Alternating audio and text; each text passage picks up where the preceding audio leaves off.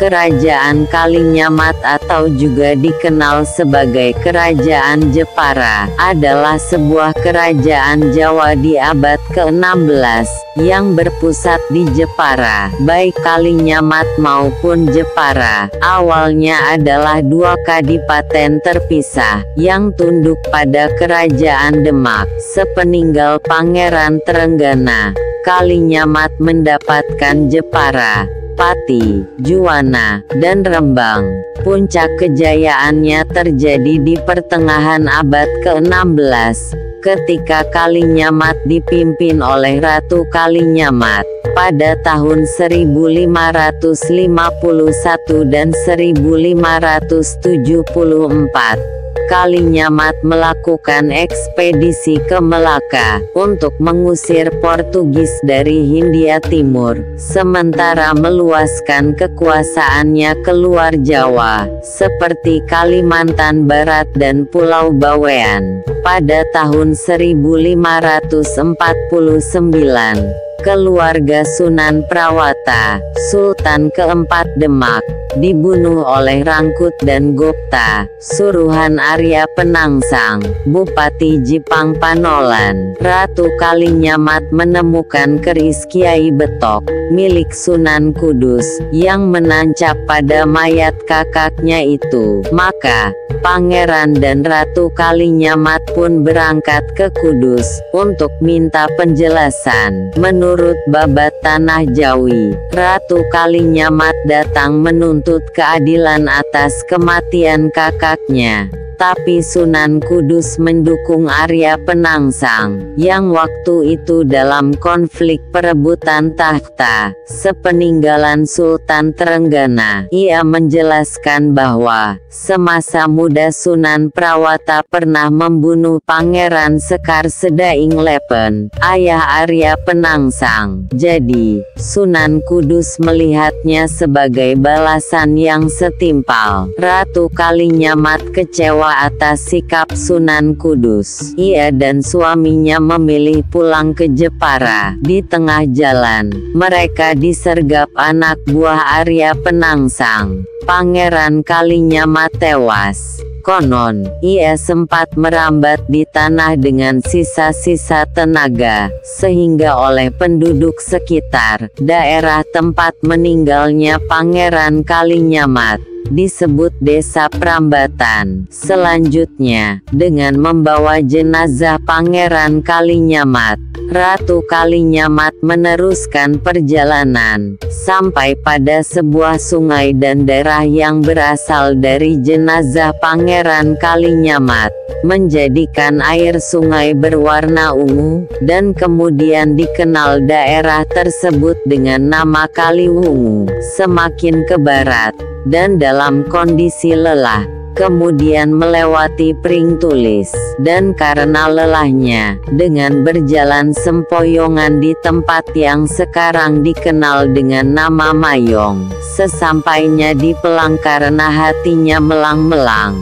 Sesampainya di Purwogondo, disebut demikian, karena di tempat inilah awal keluarnya bau dari jenazah, yang dibawa Ratu Kalinyamat, dan kemudian melewati Pecangan dan sampai di Mantingan. Ratu Kalinyamat berhasil meloloskan diri dari peristiwa pembunuhan itu. Ia kemudian melakukan tapa telanjang di Gunung Danaraja, dengan sumpah tidak akan berpakaian, sebelum berkeset kepala Arya Penangsang. Harapan terbesarnya adalah adik iparnya, yaitu Hadiwijaya, Bupati Pajang. Karena hanya ia yang setara kesaktiannya dengan Bupati Jipang, Hadiwijaya segan menghadapi Arya Penangsang secara langsung. Karena sama-sama anggota keluarga Demak, ia pun mengadakan sayembara, yang berhadiah tanah Mataram dan Pati.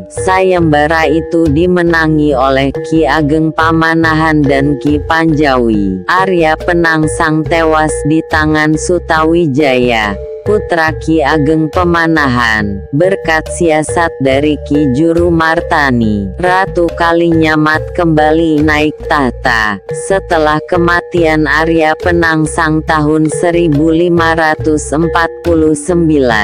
kemudian Kalinyamat, Demak, dan Jipang menjadi bawahan Pajang, yang dipimpin oleh Sultan Hadiwijaya. Meskipun demikian, Hadiwijaya tetap memperlakukan Ratu Kalinyamat sebagai tokoh senior yang dihormati. Bahkan Hadiwijaya tidak berniat membawahi Kalinyamat.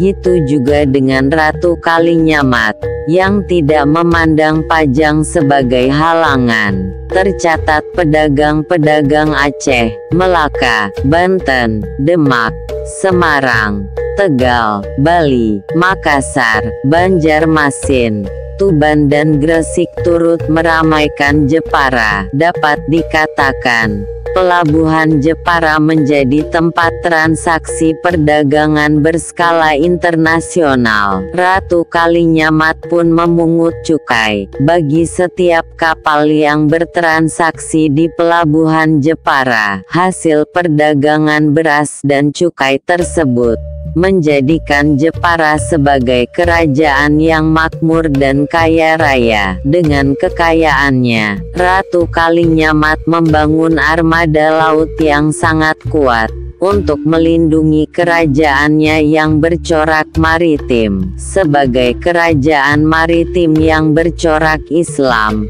Kerajaan Jepara sangat dihormati dan disegani oleh kerajaan-kerajaan Islam lainnya. Kekuatan armada laut kerajaan Jepara sudah tersohor di seluruh Nusantara. Banyak kerajaan-kerajaan lain yang meminta bantuan armada laut Jepara untuk melindungi negerinya. Saat itu Ratu Kalinyamat sangat berpengaruh di Pulau Jawa. Ia adalah ratu yang memiliki posisi politik yang kuat dan kondisi ekonomi yang kaya raya. Ia juga menjalin hubungan diplomatik yang sangat baik dengan kerajaan-kerajaan maritim Islam lainnya. Jepara menjalin hubungan diplomatik dengan Kerajaan Johor, Kesultanan Aceh, Kesultanan Banten, Kesultanan Cirebon, Ambon dan Kesultanan Demak. Ratu Kalinyamat sebagaimana Bupati Jepara sebelumnya,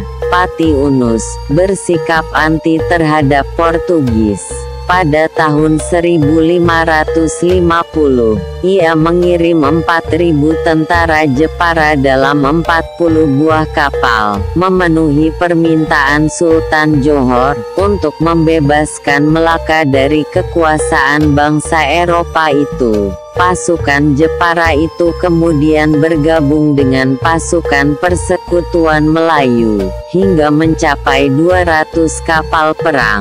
Pasukan gabungan tersebut menyerang dari utara, dan berhasil merebut sebagian Melaka. Namun Portugis berhasil membalasnya. Pasukan Persekutuan Melayu dapat dipukul mundur, sementara pasukan Jepara masih bertahan. Baru setelah pemimpinnya gugur, pasukan Jepara ditarik mundur.